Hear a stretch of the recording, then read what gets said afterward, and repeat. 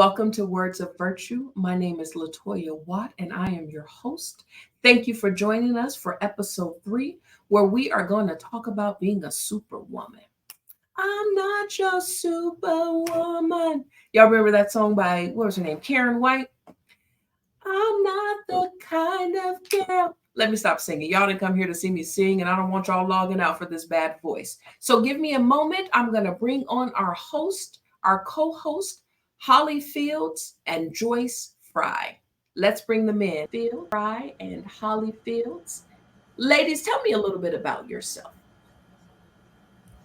All right. So my name is Joyce. I have two children. I have five grandchildren, and I have one great grandchild. I work right now for a company called Community Development Institute. It is an interim management firm which supports Head Start programs that have lost their funding. I have worked in a Head Start arena for 31 years, and I've been with CDI in interim management since 2015. I am currently divorced right now, and I am just loving life. I'm living life. It's good to be 63 because that means you only got two options. You either get older or you guys know the other option. So I thank God that He's given me the other option. I love my grandchildren so much. My children think I love them more than I love the grandchildren more than them. I don't. It's just different. I can't explain it. I think because I don't have all the responsibilities of medical insurance and making sure they're good citizens. I can spoil them to death. I can make them rotten. And it's up to their parents to make sure that they are good, productive citizens. So I love being a grandma. I love being a great grandma, even though she doesn't really love me yet. She is her grandmother's daughter. My daughter was something else. And this little grandchild is something else. But I love them so much. And I just love life. I just love being me. I love supporting people. That's where I am right now. So I'll continue to do that, lifting others up. That's my new mission. Just everything I do right now, I guess in this time in my life, is really to build up others. I love that. I love that. I love that you said you love life. I love that you said that you love lifting others up. But what I have to point out, and hey, you guys know just me, but I am a grandmother now, and I love my Grammy girl.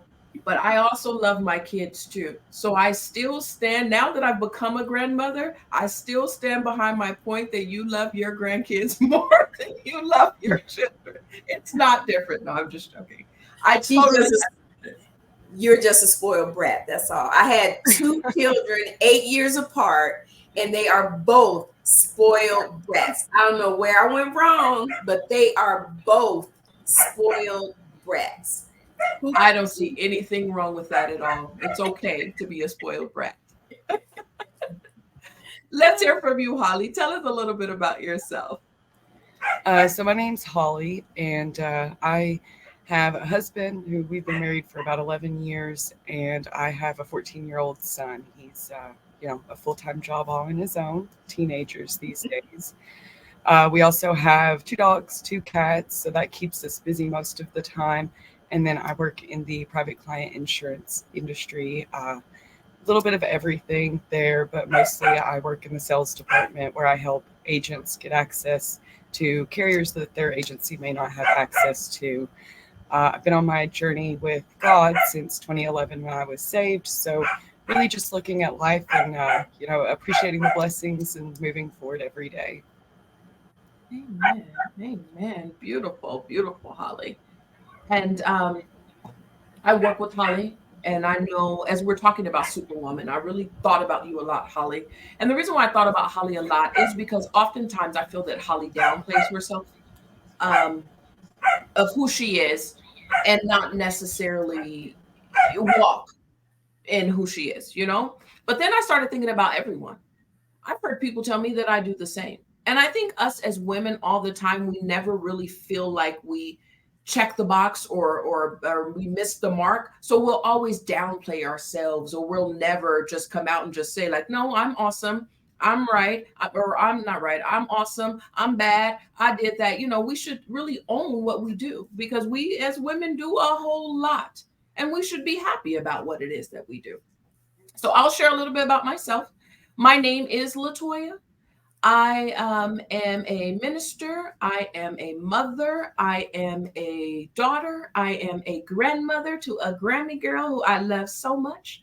And I say this all the time because I truly believe it, but God gave her to my son so that he can give her to me. Because all I've ever wanted was a little girl, because I've been a boy mom, and all I ever wanted was a little girl, and I got my own mini me inside of my grandbaby. I love that girl so much. And yes, my mom is correct. She is something else.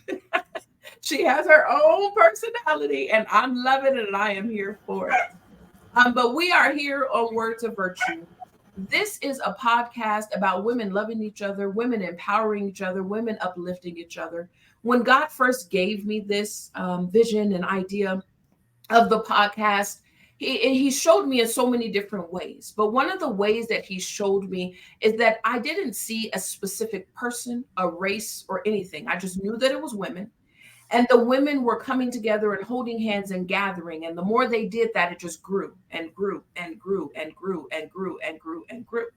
At the time that I saw that, didn't know that, how it would come and be, or what would be, or if it would be a podcast. But God was just showing me how women can just work together and build together and uplift together, because we're all awesome. We all have so many talents. God created us to be helpmeets, and we are able to help not just our husband, but it's just naturally in us. Very seldom will you hear or see a woman that just doesn't naturally like to help or just nurture. Very seldom do you see that. For the most part, it's the natural instinct that you just want to go out and just help, because God created us to be the helpmeet. So let's talk about that a little bit, you guys. But before we do talk about that, I just want to hear a fact, a fun fact, a random fact about yourself. Anyone can go. Holly, Joyce, whoever. Okay, I'll share my fact and get it over with. Um, I'm laughing, Toy, because you said my mom with her personality, she is something else. And I noticed I don't mind jumping in and just saying it first. Sometimes I have to sit back and say, let somebody else go, Joyce, calm down. So, but you asked, so I'm doing it.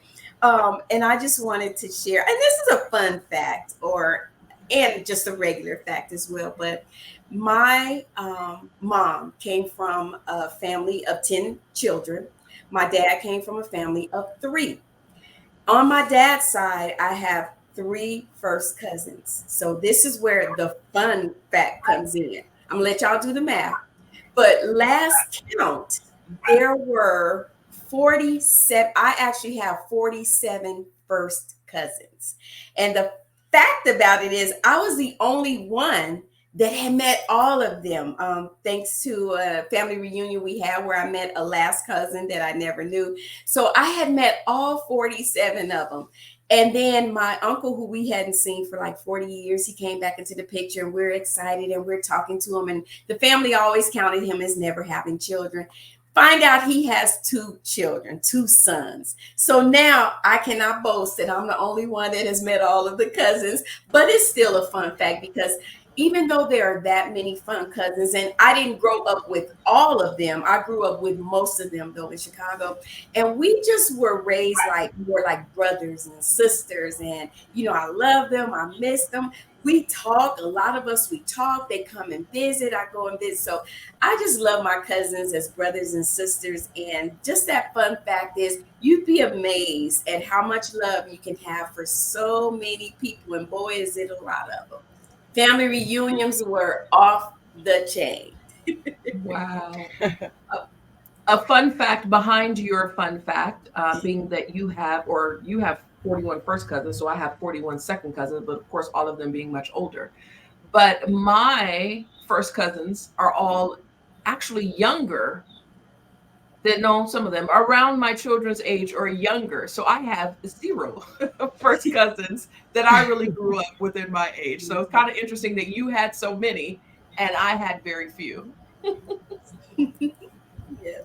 Well, I'll go next. I haven't been seriously in school in years, and I decided to go back for my bachelor's degree back in July. So, on top of managing, family and work and that sort of thing, I've been doing school. A little scary, but it's really fun. I really thrive anytime I'm learning something. So, it's been a fun experience just working through that.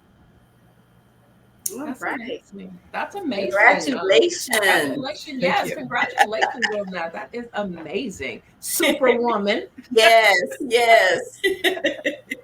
All right. So speaking of Superwoman, let's talk about it.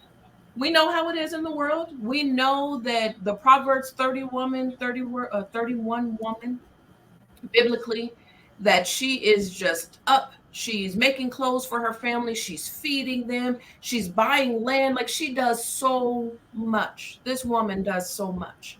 And that's on the biblical standpoint. If we even think what society is, woman. We need to be Mary Poppins to our kids, a freak in their sheets, a boss chick, or a exec. This is how we have to be in the world. So sometimes that can get frustrating, or it can be stressful because you're always having to meet this mark or hit this mark that it seems like you can never obtain. Because if you're at home and you're a housewife, your house has to be perfect and has to be clean, and you have to cook and make cookies with cookie cutters, and cut out your children's sandwiches, and you have to do all of these things. And if you work and you have children, you still have to do all of the same duties, and you also have to work, and then you have to be to your husband. It just seems like it's so much. So how do you ladies deal with it? What are your thoughts on that? In the beginning, I used to think that this virtuous woman, and I'm going to give you the biblical standpoint, which is what I tried to base it off of, but you are so right. Is not only biblical, because we all try to be this, biblically, we may call it virtuous woman. Naturally, you may call it superwoman. But I think, like you said, all women try to meet that goal. And so, excuse me, try to meet that goal. And so one of the bad things is, I like where you guys were saying in the beginning, also, we're to lift each other up. And we look at, like I said, I like to lift people up, but we as women need to really lift women up, because we as women bring women down. So when you look at that, it keeps you depressed, because you always feel like you didn't make the mark. Every time something happens, if your child gets in trouble, oh my gosh, I should have done this, I should have done that. And so, but looking at it biblically, when I looked at it biblically, what does noble mean? Because it's a woman of noble character is a virtuous woman. So what does noble mean? And it's your qualities that you have in you. It's really your moral principles, trying to live morally. Character is who you are. Those moral characters that you have, that moral character that you have developed, that makes you that individual. So when we look at it that way, what does that really mean to us? We know with King Lemuel's mother, he was telling her, look for this in a woman, not go out there and find the woman that does this, but these are the characteristics that you find in a woman. And if you look at it, what it was telling you was everything we do should be done to the best of our ability. So in me, I've tried to develop that noble characteristic, meaning being a woman of God, always thinking about, what does God want me to do? What does God feel like this? I know it became a cliche where we said, what would Jesus do? But I really try to think sometimes, what would Jesus do in this instance? Because I fall short, and sometimes I may not say the right thing or do the right thing, and I have to say, stop, Joyce. What would Jesus do? Because I can go on and on about the characteristics of my mom's family, that Gully family, which may be another topic. And so I have to stop. I have to pause and say, what would Jesus do? And so what this is telling me, I've gathered over the years and really studying about it and trying not to make myself feel bad. And also, you guys, if we look at that and take it literally, it makes us look at women differently. It makes us look and see the negative in them because we don't see that full, what does Proverbs 31 say, So what I try to do is everything, or what his mother was giving him guidance on, is look for a woman that has good qualities, that's moral, that what is in her, everything you do, Proverbs 31 was telling us, do it to the best of your ability. Don't worry about what anybody says. Don't worry about where it talks about your husband will speak great of you in the gates. Your children will love you. We're looking so much for that maybe we bend a little too far trying to make our kids love us, or doing things we know we shouldn't do, making our husband love us. But what we should do is, what would God think about this that I do? And if we do everything to please God, all the accolades from our family, all the accolades from those people that I train every day, they're going to come. I shouldn't worry about what people think about me, what my husband thinks about me. I know that's hard to swallow. I don't care what my husband, what my children, what my neighbors, what my friends think about me. I only care about what God thinks about me, and that's going to sustain it.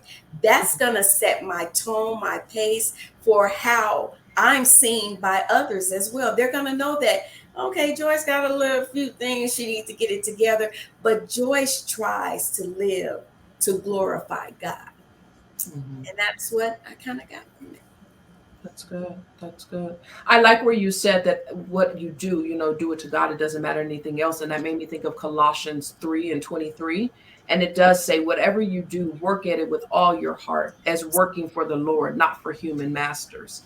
And sometimes, even with that, when I'm working, there have been some people that say, like, well, why do you work so much? Or they're not paying you to do this job, or they're not paying you. And I'll oftentimes say, well, I know I'm going to get my payment from God. Like, I'm going to hold out. It's going to come. It's going to come financially with them dollar bills and the annual salary too. But I'm not in a rush for this man to give it to me, because I'm working for God, because I'm going to get what it is that I'm going to get. And I felt that it's been very successful. I've been successful at that. I've been promoted to positions because my thought is, God, I'm doing this for you, and I want you to be pleased. I'm not too concerned about, of course, you want your supervisors and managers to be pleased about it. But at the end of the day, God, are you pleased with the way that I handled this, with the way that I carried this? I mean, something as simple as an insurance policy. You would think that God doesn't care. But was my interaction with this person suitable for you? That's right. Did this show you? So I like that you said that it's not really about meeting a mark or doing a certain thing, but are you a noble character? What are your thoughts on that, And Holly? then you'll, Oh, before sorry. Go ahead. Holly talks, and then you'll notice the less stress that there is in your day-to-day jobs. Because some of us are in some high stress positions. I love what I do, but there are some times that the clock is ticking. I got to get this done. I've got to get that done. But when I stop and say, you know what, it doesn't matter what anybody else thinks. What did God think about that report? What did God think about my interaction with that person? And the stress goes down. I don't worry, because also I look at, if this door closes, another one's going to open. And so that's what we have to start doing, pleasing God with everything that we do. And it's hard to say, I don't care what my kids think, but we have to start living our lives that way, and we will be sustained. That's true. Sorry, Holly. Me, no, you're fine. You're fine. When we first started looking into all this, I actually kind of looked at it as a checklist. I mean, even people seeking relationships online, a lot of these same virtues that were in Proverbs 31 is what people are seeking today. So I'm a quick to anger person. I was a little annoyed. How dare someone expect me to be able to do all these things, get up first thing in the morning and have food ready and buy land. And I was, it was a gut reaction. Like, this is a lot. I'll never. And I believe I even told you, Latoya, well, I don't want to look at that right now. I don't want to think about it and compare myself to that. I'm not ready for that. But during my research, there's actually a website even called avirtuouswoman.org. So I was doing a lot of research to try to look at it this other way. And it said on there that a woman who was genuinely pursuing God would naturally be virtuous. So I think that kind of ties into what you were saying, that as long as you're living for God, you're, whether even the smallest of details, if it's all for God and that's what your relationship is, then, you know, by default, you're supposed to be virtuous. And so then I started to look at it a little differently. And even if, religion isn't your thing, it's not necessarily a checklist that I have to check all these boxes. But as a woman, you naturally will check some of those boxes. Everybody has their own responsibilities. And it does tend to be that women take a lot more on their shoulders than Mhm. others tend to do. And so they feel Mhm. that responsibility. So I might not do XYZ or even do it well if I do it, but I'm doing it. And in my case, I'm doing it for God. So I started to lighten up. I wasn't as mad. It's not a checklist that I'm working that I'm working on and annoyed that I'm falling short so much as I've got my own checklist with God that I'm Mhm. working on. So that it was a lot easier to look at it that way. I like that, Holly. You said your own checklist. And I think that's what we tend not to do, develop our own checklist. What is comfortable for me? What is pleasing God? And when we stop looking at what our neighbors are doing or what the world says we should do, whether you're, into religion or not, but we tend to do what others say we should do. And that's where we really fail because we're never going to do everything perfectly. So we constantly beat ourselves up as women, thinking that, dang, I didn't get that right. But develop your own checklist as well as the standards for your checklist. What Mm. works? What doesn't? If I do this partially, I'm doing a good job. I did it the best that I could do. I can't scrub my floor like Latoya because the knees don't work like they used to, I can't clean my fan like Holly's because this little step ladder I have, and I'm semi low key scared of heights. So you also have to determine with your checklist what is your best. What are your markers of success? Right, Yeah, right. And I think it's forgiving yourself too. Well, absolutely. sometimes when you have those checklists, if you don't check everything off the checklist, now you're stressing all night and you're not sleeping and you're waking up in the morning frustrated about yesterday because you didn't check the list. I think it's also understanding that that is a list. And if it doesn't all get checked, these are just things that I need to do. If it Mhm. doesn't get done, forgive myself. If I didn't clean all the dishes before I went to bed, it's okay. It's going to be tomorrow for me to be able to do dishes. If I didn't vacuum, it's okay. And it took me a long time to get to that point to forgive myself because for the longest, I always felt I was failing. I Mhm. failed at being a mom because I wanted to work to be able to give them, um, you know, a nice place to live. I wanted to make sure they lived in a house and not an apartment. I wanted to make sure that they were in a good school district. I wanted to make sure, although we probably shouldn't care about these things, but I wanted to make sure that they had Jordans and that they had every game when it first dropped. We spent several nights at at the game store for my son because he had to get it at midnight when it dropped. And I wanted to do that for him. Those were the things. But in my mind, although my kids probably didn't see it, but in my mind, I feel like I'm failing because I'm working so hard to be able to provide things to you, but I didn't do the dishes. Or we went and got takeout food instead of me cooking dinner because I was so tired.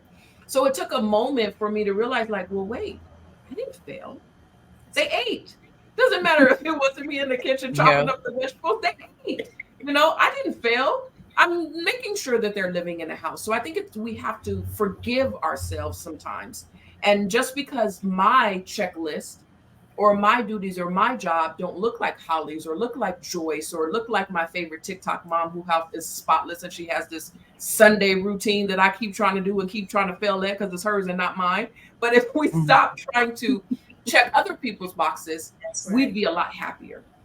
We wouldn't feel the stress and the strain because I really think what Proverbs 31 is telling us is that just naturally we have our hands everywhere as a That's woman. They're just all there.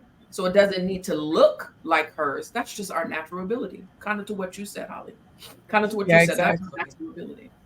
We can't take on somebody else's checklist and apologize when we fall short. I'm a right. sorry person. I say sorry far too often. And you're right. That's definitely one of the big things is realizing I can't take on your problems and her problems and everybody's problems and then say sorry when it doesn't work out because obviously that wasn't my checklist. That was never going to work out. I should say sorry for trying. Exactly. Sorry for trying, because that's totally yours over there. I would agree. Exactly. So in reading that, but I think we all kind of answered the question. But one of my questions that when I was reading that, did you see similarities between the Proverbs 31 and today 2024 people? But I think we all pretty much answered and said that we did see the similarities in between those two in there. Yeah. So what I summed it up to be, and do you guys had anything else that you wanted to say before I kind of summed up to what I thought, what I really pulled from Proverbs 31? No, I think No, I'm good. we kind of Okay. said, Let's hear your thoughts. yeah. Okay, so what I kind of did, and I put this here when I was going through, I pulled out a little bit. So instead of looking at what she was doing, that she woke up early in the morning and, she bought the field and she's a seamstress and she can sew and, flax and all of that. Those are really like raw materials that you have to use to make other things. So she's a creator, she's innovative. So that would stress you out.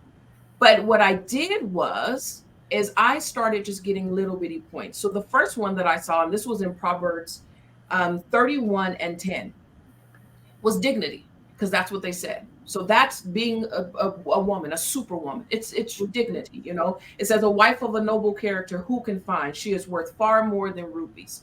So that's the check box. These are the check boxes that we should be checking, instead of checking the check boxes of, do I have 5 bedrooms, 12 bedrooms? Is it clean? Is it Right. not? We need to check these boxes here. So it's dignity. Yeah. The next one that you could even find in Proverbs 31 and 16 is patience.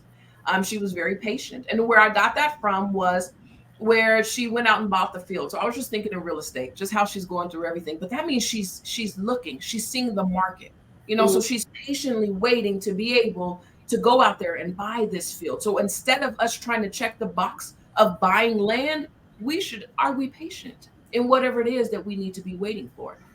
And you know what? I know they say patience is a virtue, Yeah. but trying to accomplish all these things will force you to be less patient. Because Yes. when you're patient, when you go out, because I'm a buyer. I like things. I like to get them. I like to have them. And I would go out and get things. I remember I got a whole living room full of furniture because I wanted it right then and right there. So that wasn't making good decisions. When I got it home, I was like, this couch doesn't even fit in my living room. The table didn't really match the couch because the couch was a sectional, and then the table, and it really didn't fit. And then the table that I got was round, I think, or something. It didn't work. And I was not pleased at all. And that is real important that you said that, patience, because patience also made me now, I have to stop and really ask God. And like, I don't say, Lord, should I buy this? And then he tells me right away, yes or no. But then that feeling, you know how you know when you know. But I've learned to stop and wait. What's a few days going to matter? Stop and wait and see what God says about it. And patience, to be a virtuous woman, because I'm building my character, I'm building good moral qualities. I have to stop and wait and consider, rather than jumping, Exactly. jumping on it. I agree. So definitely you got to be patient. Something else, she was diligent. She goes about her work vigorously. Her arms are strong for her task. So she was diligent in what she did. They also said that her kids didn't go hungry. They weren't cold. She didn't care about that. So she was really diligent at everything that she did. She was generous. It says that she opens her arms to the poor and extends her hands to the needy. So she was generous. Um, she had courage. She was courageous.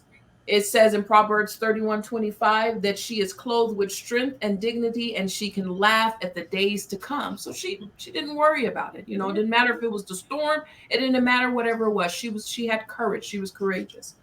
She also had wisdom, and that's in Proverbs 31:26. She speaks with wisdom, and faithful instruction is on her tongue. And the very last one that I had was she was devoted. And that is in Proverbs 31 and 30.